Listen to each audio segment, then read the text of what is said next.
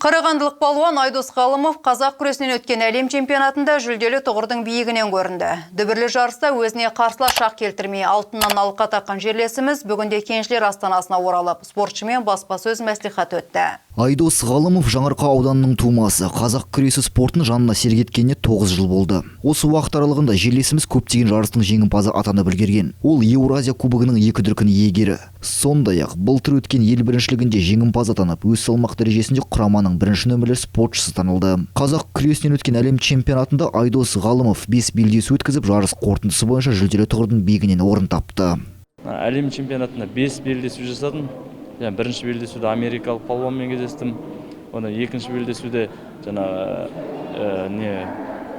молдовиялық палуанмен кездестім. Үшінші белдесуде өте қиындық тудырған Европа чемпионы украиндық палуанмен кездестім. Одан төртінші белдесуде полуфинал, завод финалда, жартылай финалда полякелін палуанмен кездестім. Ақс финалда грузин палуан ұтып, абыройым үстемеп әлем чемпионатын, Аллаға шүкір.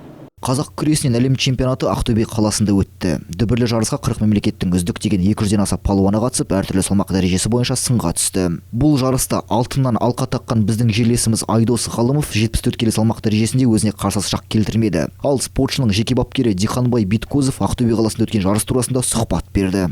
Әлем чемпионатында жалпы уақыт 5 кездесу өтті. Сол 5 кездесуге 6 минутқа жақын ғана уақыт кетті.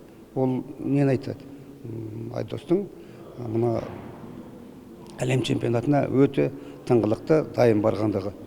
Енді ең ауыр белдесуі Украин палуанымен болды.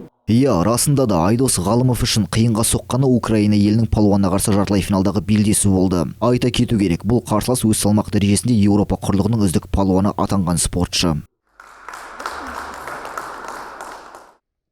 Бекежан Ардақұлы, Дмитрий Обырек, Николай Шевелев, 5-ші арна.